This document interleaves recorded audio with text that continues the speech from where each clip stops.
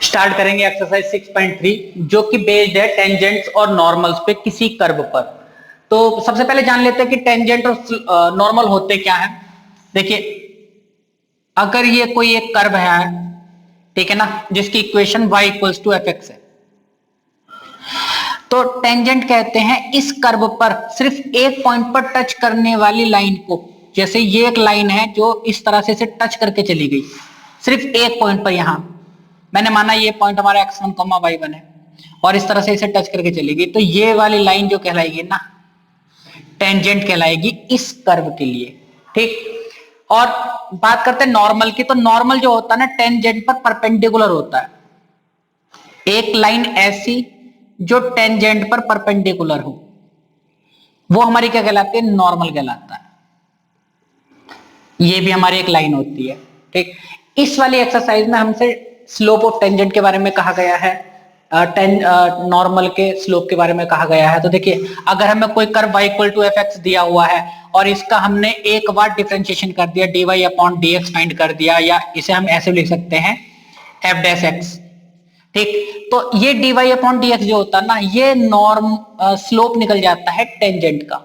ठीक है, तो हमारा जो फॉर्मूले आएंगे ना, तो उसमें हम लिखेंगे slope of tangent m equals to dy upon dx। ठीक है ना, ये हमारा टेंजेंट का स्लोप हो जाएगा। कर्व तो हमें दिया रहेगा, जैसे पहले हमारे क्वेश्चन में हमें ये कर्व दिया हुआ है, अगर मैं इसका डिफरेंशिएशन कर दूंगा, dy अपॉन dx फाइंड कर दूंगा ना, तो वो हमारा क्या हो जाएगा?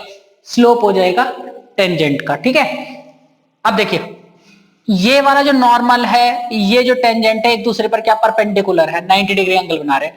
अगर कोई दो लाइन एक दूसरे पर परपेंडिकुलर होती हैं, ठीक, मैंने माना कि इस वाली लाइन का स्लोप m1 है, इस वाली लाइन का स्लोप m2 है, तब m1 इंटू m2 जो होता है -1 के इक्वल होता है। ठीक है, अगर दो लाइन एक दूसरे पर परपेंडिकुलर है तो उन दोनों लाइन के स्लोप का मल्टीप्लिकेशन -1 होगा। अगर कोई दो लाइनें एक दूसरे के पैरेलल है, ठीक है, तो उन दोनों का स्लोप क्या होगा? बराबर होगा। m1 इस वाली लाइन का स्लोप है और m2 इस वाली लाइन का स्लोप है, तो वो दोनों क्या होंगे? इक्वल हो जाएंगे। तो अब आप देखिए, ये जो टेंजेंट है और ये जो नॉर्मल है, एक दूसरे पे क्या परपेंडिकुलर है, तो इसका मतलब क्या हुआ? इन दोनों के स्लोप का मल्टीप्लिकेशन क्या होगा? -1 होगा। तो देखिए, हम इसे ऐसे भी लिख सकते हैं ना कि स्लोप ऑफ नॉर्मल और उसकी मैंने मल्टीप्लाई कर दी स्लोप ऑफ टेंजेंट से, तो दोनों का मल्टीप्लिकेशन कितना होगा? -1 होगा। ठीक, तो स्लोप ऑफ नॉर्मल तो हमने यहीं रहने दिया, लेफ्ट हैंड साइड पे नॉर्मल, और ये जो स्लोप ऑफ टेंजेंट ना, इधर मल्टीप्लाई में था, उधर जाके किस में हो जाएगा? डिवाइड में हो जाएगा। तो यहां पे हम लिख देंगे स्लोप ऑफ टेंजेंट।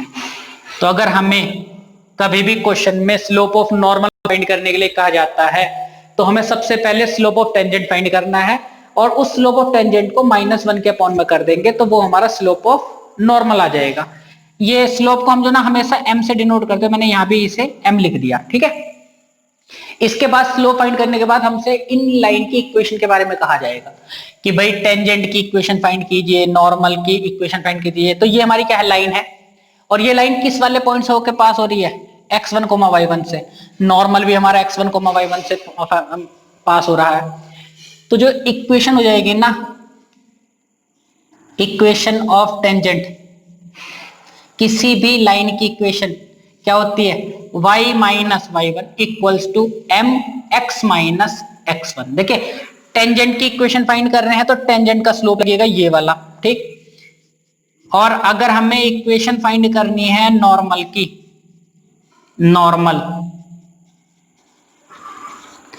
तो हमारी इक्वेशन बनेगी y minus y1 equal to m x minus का x1, और ये जो m है, ये नॉर्मल का स्लोप होगा, ये वाला m। ठीक है ना, आप जिस भी लाइन की इक्वेशन फाइंड करेंगे, स्लोप उसका ही रहेगा। ठीक है ना, ये नॉर्मल का स्लोप है, ये टेंजेंट का स्लोप है। ठीक, करते हैं क्वेश्चन नंबर 1। हमसे कहा गया था find the slope of tangent of the curve y equal to 3x की power 4 minus 4x at x equals to 4। तो देखिए, कर्व हमें गिवन है y इक्वल्स टू 3x की पावर 4 माइनस का 4x। एक बार डिफरेंशिएशन कर रहे हैं इसका, तो हो जाएगा dy अपॉन dx। 3 कांस्टेंट था, बाहर रहा, 4 इससे मल्टीप्लाई करेगा तो कितना हो जाएगा 12x की पावर 3, एक पावर कम होगी, -4।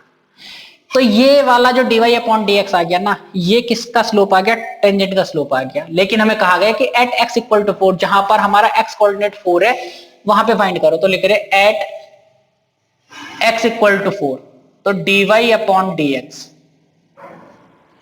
x इक्वल टू 4 कितना हो जाएगा 12। इस x की जगह हमने कितना पुट कर दिया, 4 पुट कर दिया, इसकी पावर 3 -4, 12 मल्टीप्लाई 4 की पावर 3 होता है 64 माइनस का 4, 12 4 जा 48, 4 कैरी, 12 6 72, 76 -4, तो 76 764 जो हो जाएगा ना, टेंजेंट का स्लोप हो जाएगा एट x इक्वल टू 4। इसे हम स्लोप ऑफ टेंजेंट लिखेंगे, स्लोप ऑफ टेंजेंट।